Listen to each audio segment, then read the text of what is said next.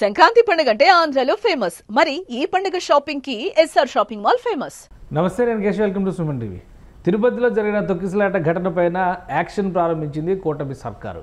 దీనికి బాధ్యులైనటువంటి అధికారులపైన చర్యలు తీసుకుంది. అలానే ముఖ్యమంత్రి చంద్రబాబు నాయుడు బాధితులని పరామర్శించారు. అలానే ఉప ముఖ్యమంత్రి పవన్ కళ్యాణ్ కూడా ఘటనా స్థలంతో పాటు బాధితుల పరామర్శకి వెళ్ళారు. మరోవైపు మాజీ ముఖ్యమంత్రి జగన్మోహన్ రెడ్డి కూడా ఈ బాధిత కుటుంబాలను పరామర్శించేందుకు తిరుపతి వెళ్ళారు. ఓవరాల్గా తిరుపతిలో జరిగినటువంటి డెవలప్మెంట్స్ ఏంటి, ఎవరిపైన చర్యలు తీసుకున్నారు, ఒకసారి విశ్లేషించే ప్రయత్నం చేద్దాం. మనతో పాటు అనలిస్ట్ సుబ్రహ్మణ్యం గారు. నమస్కారం. నమస్కారం సార్.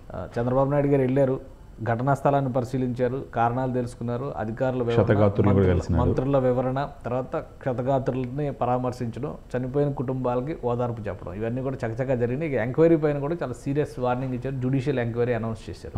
సో ఏంటి పరిణామాలు? ఇది కరెక్ట్ నిర్ణయం సార్. ఇప్పుడు చంద్రబాబు నాయుడు గారు పోతున్న విధానం వచ్చి కరెక్ట్గానే ఉంది అది యాక్చువల్గా. లేకపోతే అధికారుల నిర్లక్ష్యం వల్ల జరిగినటువంటిదిగా మనకు క్లియర్గా కనిపిస్తుంది. దాంట్లో కుట్రకోణం విషయము తేలాల్సి ఉంది. కుట్రకోణం ఉండేదానికి కూడా అవకాశాలు బాగానే ఉన్నాయి యాక్చువల్గా, ప్రాథమిక సమాచారాన్ని బట్టి. అది ఇంకా నిదానంగా ఎంక్వైరీ అయిన తర్వాత తెలియాల్సినటువంటి విషయం. ఇప్పటి వరకు మనకు అర్థమవుతున్నది ఏంటంటే అక్కడ నిర్వహణ లోపం కంటికి కొట్టొచ్చినట్టు కనిపిస్తుంది. ఈ రకంగా ఇప్పుడు చంద్రబాబు నాయుడు గారు తీసుకున్నటువంటి నిర్ణయం, పవన్ కళ్యాణ్ గారు ఇచ్చినటువంటి వివరణ రెండు బాధ్యతతో కూడుకున్నటువంటి ఒక యాక్షన్గా చూడాలా, ఒక వివరణగా చూడాలా. ఇప్పుడు పవన్ కళ్యాణ్ గారు కూడా చాలా స్ట్రాంగ్ స్టేట్మెంట్ ఇచ్చినారు. దాంట్లో ఫస్ట్ చంద్రబాబు నాయుడు గారు వచ్చేసి ఏకంగా డిఎస్పీని సస్పెండ్ చేయడము, ఆ తర్వాత గోశాల డైరెక్టర్ని కూడా సస్పెండ్ చేయడము, తర్వాత ఎస్పీని సుబ్బరాయుడు గారిని బదిలీ చేయడము, తర్వాత ఏఎస్పీని వాళ్ళందరినీ ఇది చేయడం, జేఈఓ వీళ్ళందరూ చేయడం అన్నది ఒక స్ట్రాంగ్ యాక్షన్. అది యాక్చువల్గా అది అవసరం కూడా సార్. అంటే తిరుపతిలో ఇంతకు ముందర ఇలాంటివి ఏమి జరగలేదు. కీలకమైన పర్సన్స్ ఇప్పుడు పొద్దు నుంచి కూడా వచ్చిన ఇన్ఫర్మేషన్, రాత్రి వచ్చిన ఇన్ఫర్మేషన్, ఒక డిఎస్పీ రమణ కుమార్ అనేటువంటి అధికారి కొంచెం పరిమితి దాటి ప్రవర్తించారు అనేది పొద్దు నుంచి వచ్చింది. సో ఆయన మీద సస్పెన్షన్ వేటేశారు. అలానే గోశాల డైరెక్టర్ హరినాథ్ రెడ్డి కూడా అక్కడ చంద్రబాబు నాయుడు గారు పర్యటనకి వెళ్ళే సందర్భంలో మంత్రులు చెప్పినటువంటి రిపోర్ట్ ప్రకారమే ఆయన కూడా సస్పెండ్ చేశారు. ఇక ఎస్పీ సుబ్బారాయుడు గారిని బదిలీ చేస్తారని ఎవరు ఊహించాల. జేఈఓ గౌతమి గారికి బదిలీ వేటు పడింది, సిఎస్ఓకి కూడా బదిలీ వేటు పడింది. అంటే వీటిని ఎలా చూడాలి? గవర్నమెంట్ చాలా సీరియస్గా యాక్షన్లోకి దిగింది అనుకోవాలి. అంటే చంద్రబాబు నాయుడు గారు ఆయన బాధ్యత కలిగిన ముఖ్యమంత్రిగా ఆయన ఆలోచన ఎలా ఉంటుందంటే సార్, మనకు తెలిసి కుట్రకోణాలు ఉండొచ్చు, ఇంకేదైనా పొరపాటు కూడా ఉండొచ్చు, కానీ మనం ఉండే జాగ్రత్తలో మనం ఉండాలి కదా, ప్రజలకు మనం బాధ్యత వహించాలి కదా, వాళ్ళ మాన ప్రాణ రక్షణకి మనం బాధ్యత వహించాలి కదా అన్నది బేసిక్ ఆలోచన చేసినప్పుడు ఖచ్చితంగా ఇప్పుడు ఆయన తీసుకున్నటువంటి చర్యలు మనం సమర్థించాలి సార్ యాక్చువల్గా. రైట్.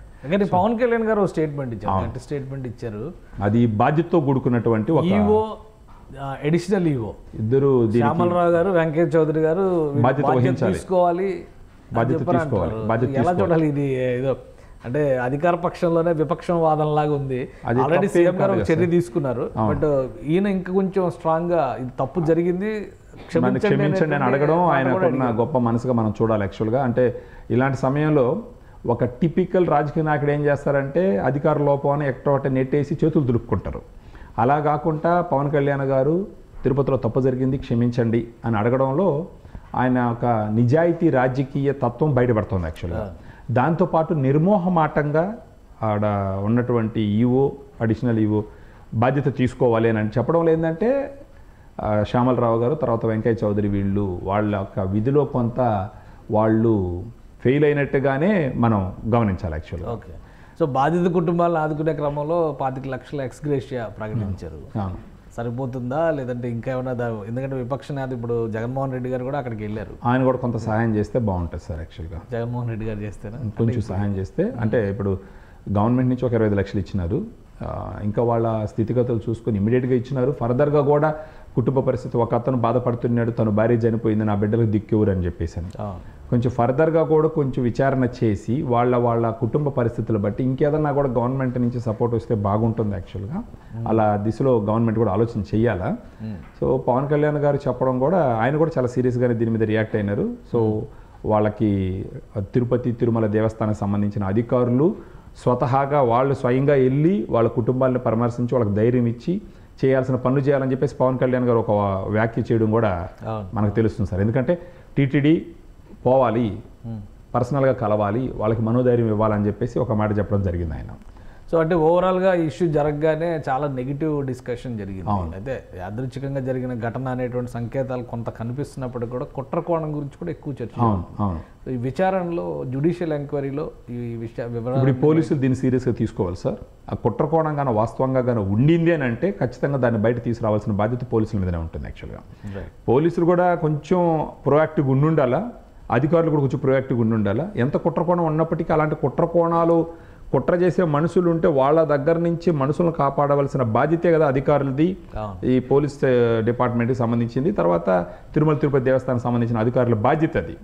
ఒకవేళ ఇప్పుడు విచారణ చేసి కానీ ఒకవేళ కుట్రకోణం ఉంటే బయట తీస్తే మాత్రం అది ఒక రకంగా పోలీసుల మీద ఒక మచ్చ తగ్గడానికి కొంచెం అవకాశం ఉంటుంది. రైట్, థ్యాంక్ యూ సుబ్రహ్మణ్యం గారు. ఇది గవర్నమెంట్ సీరియస్ యాక్షన్లోకి దిగింది. ఆల్రెడీ ఇద్దరిని సస్పెండ్ చేసింది, 3 అధికారుల్ని బదిలీ చేసింది, జ్యుడిషియల్ ఎంక్వైరీకి కాల్ఫర్ చేసింది. ఇక టీటీడీ ఈఓ జేఈఓ ఈ విషయంలో ఫెయిల్ అయ్యారని డిప్యూటీ సీఎం పవన్ కళ్యాణ్ ఆగ్రహం వ్యక్తం చేశారు. భక్తులకు జరిగినటువంటి వచ్చినటువంటి కష్టానికి ఆయన క్షమాపణలు కూడా కోరారు. జ్యుడిషియల్ ఎంక్వైరీ ద్వారా దీని వెనక ఉన్నటువంటి కుట్రకోణం విషయాలు బయటకు వచ్చే అవకాశాలు ఉంటాయని సుబ్రహ్మణ్యం గారు విశ్లేషిస్తున్నారు. ఇది special discussion. Keep watching. Suman టీవీలో మీ పర్సనల్ అండ్ బిజినెస్ ప్రమోషన్స్ కోసం కింది నెంబర్కి కాంటాక్ట్ చేయండి.